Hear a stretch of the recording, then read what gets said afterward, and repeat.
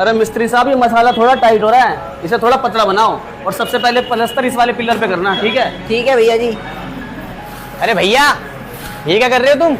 नहीं, क्या कर रहे हो ये? अरे आ गए आप दोनों। कुछ नहीं कर रहा, अपने हिस्से की जगह पे घर बनवा रहा हूँ जो आप लोग बांट के गए थे। बाकी आप दोनों अम्मा से बैठ के बात करो, मैं आपके लिए पानी लेके आता हूँ। अरे रुको, अम्मा से मिलूंगा मैं बाद में। पहले मुझे ये बताओ, तुमने मेरे हिस्से में अपना जीना कैसे बना लिया? जीना? मैंने तो तुम्हारे हिस्से में नहीं बनाया भाई। अच्छा, जरा इधर आना, आना जरा। ये जीना मेरे हिस्से में आता है, समझ में आई? तुमने मेरे हिस्से में जीना बना लिया है। वो तो अच्छा हुआ किसने मुझे वीडियो बनाकर भेज दी, वरना तुम तो सारी जमीन हड़प लेते। हाँ छोटे, तो सही कह रहा है, ये मुझे पहले से बेईमान लगता है। बेईमान? अरे तुम क्यों बाहर आ गई? तुम अंदर जाओ, ये हमारे भाइयों का मामला है। भैया आप अपना काम कर लो। भैया मैंने कहाँ बेईमानी करी है? 1 इंच भी जमीन बता दो अगर मैंने बेईमानी करी हो, तुम्हारा जूता मेरा सर होगा। और भैया फिर भी आपको मेरी बात पे यकीन नहीं हो रहा तो वो बैठी अम्मा, अम्मा से पूछ लो।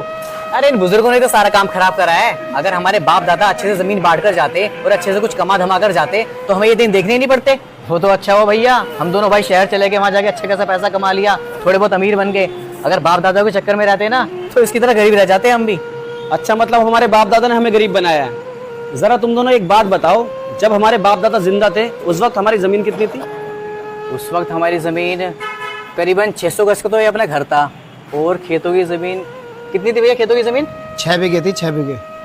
हाँ सही कह रहे हो, 6 बीघे थी, जिसमें से 2-2 बीघे तुम अपने हिस्से की जमीन बेच के शहर चले गए और 100-100 गज की जमीन तुमने इस घर में से बेच दी। चलो खैर छोड़ो, जो हुआ सो हुआ। अब ये बताओ, जब हमारे बाप दादा जिंदा थे उस वक्त हम लोगों पे कोई कर्जा था? नहीं, उस वक्त कोई कर्जा तो नहीं था। और अब तुम दोनों के ऊपर कोई कर्जा है? हाँ, थोड़ा बहुत कर्जा तो है ही। जब शहर में घर बनाएंगे, 60 गज मैंने बना लिया, 75 गज इन्होंने बनाया है, तो भैया थोड़ा बहुत कर्जा तो होगा ही ना। चलो छोड़ो, वो सब भी छोड़ो। अब ये बताओ, जब हमारे बाप दादा जिंदा थे तो हमारी बहुत बड़ी हवेली थी, बहुत बड़ा घर था, तो हमारे चाचा ताऊ सब मिल बांट के रहते थे, बहुत सारे मेहमान भी हमारे घर पे आते थे, मतलब खर्चा बहुत ज्यादा होता था और ना किसी की लड़ाई होती थी, सब एक साथ रहते थे, ठीक है ना? तो तुम शहर में रहते हो तो तुम्हारे घर भी मेहमान बहुत आते होंगे, बहुत ज्यादा खर्चा भी होता हुआ है ना?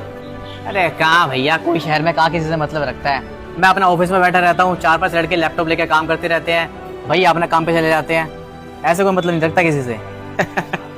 तो मेरे भाइयों बुरा मत मानना, गरीब तुम पहले नहीं थे, गरीब तो तुम अब हो चुके हो। और सच बताऊं, इतने गरीब हो चुके हो कि मैं भी तुम्हारे आगे अमीर हूँ। नहीं, तुम भाइयों को ये लगता है कि तुमने 60-70 गज का शहर में घर बना लिया, बड़ा ऑफिस बना लिया, लैपटॉप चलाते हो, कंप्यूटर चलाते हो, तो तुम लोग अमीर बन गए। नहीं मेरे भाई, तुम दोनों बहुत गलत फहमी में जी रहे हो। अमीर नहीं, तुम बहुत गरीब हो चुके हो। अमीर तो हम अपने बाप दादा के जमाने में थे, जब हमारा बहुत बड़ा कुनबा था, सारे ताऊ चाचा लोग एक साथ रहते थे, एक साथ खाते थे, एक साथ पीते थे, हजारों मेहमान हमारे घर पे आते थे, उस वक्त थे हम अमीर। अब तो हम बहुत गरीब हो चुके हैं मेरे भाई। बाकी रही जीने की बात, कोई बात नहीं, मैं इस जीने को तुड़वा दूंगा, तुम ही रख लो, इस लड़ाई को खत्म करो। भैया मुझे तो अपने बड़े बुजुर्गों की बात आज तक याद है, वो कहते थे ये जमीन दुनिया को खा गई लेकिन इस जमीन को कोई नहीं खा पाया।